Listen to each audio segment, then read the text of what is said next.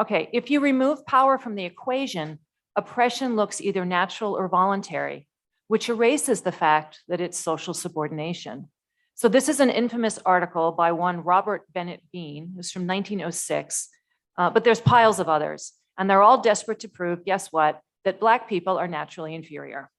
So there's charts, there's pictures, it all looks really scientific, but this is the propaganda of power. For women, we have the same propaganda of power. This is Mr. Andrea Long Chu. His book, Females, a Concern, was reviewed in none other than the New York Times. So here's the quote: "Femaleness is a universal sex defined by self-negation. I'll define as female any psychic operation in which the self is sacrificed to make room for the desires of another. The barest essentials of femaleness are an open mouth, an expectant asshole, blank, blank eyes." Now he's saying that women's sexual subordination is the definition of being female, right? It's women's nature. So I've been canceled by all three of my publishers, but this utter garbage gets put in the New York Times. And in case you think that Mr. Andrea is a one-off, because some men find the word woman offensive, the New York Times has decided that, quote, individuals who have receptive vaginal sex is a reasonable replacement for the word woman. This is real. Women are passive sexual receptacles for an active male agent. This matches rather precisely how Mr. Andrea defines woman, and it is, of course, the entire endless point of pornography. Or as Catherine McKinnon said once so succinctly, man fucks woman, subject, verb, object. Now you're allowed to get angry at this. You don't have to keep being nice. So before I use the word gender, I'm going to define it. The UN says that gender is the socially constructed roles, behaviors, activities appropriate for men and women. I think a lot of us are feeling that the word gender is irredeemable at this point, and maybe we should just say sex stereotypes for clarity.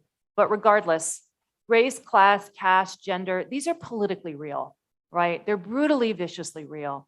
But it's the ideology of the powerful that always makes this claim for their immutable origin. So it's nature, it's evolution, it's God.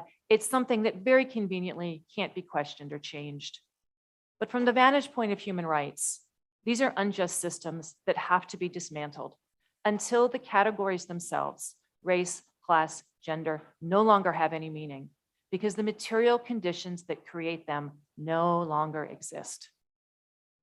What liberalism misses is that 90% of oppression is consensual.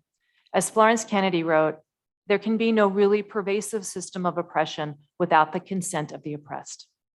This does not mean that it's our fault, that the system will crumble if we withdraw personal consent, or that the oppressed are responsible for their oppression.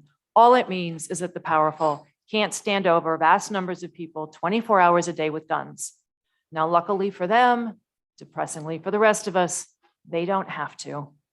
People withstand oppression using 3 psychological methods: denial, accommodation, and consent.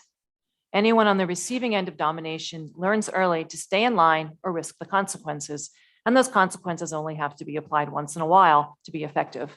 The traumatized psyche will then police itself. There are entire bodies of discourse that ask the question of how the powerful get the oppressed to internalize the values of the oppressor. It's why the word hegemony was invented. But the take-home point, do not ever conflate consent with liberation. Consent is accommodation to unjust conditions that we do not control.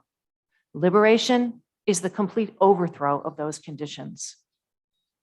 So, oppression. This is Marilyn Frye. And her definition: oppression is a system of interrelated forces and barriers which reduce, immobilize, and mold people who belong to a certain group and affect their subordination to another group. So this is radicalism in one elegant sentence. Oppression is not an attitude, it's not an internal feeling state, it's about systems of power, material reality. One of the harms of subordination is that it creates not only injustice and exploitation and abuse, but also consent.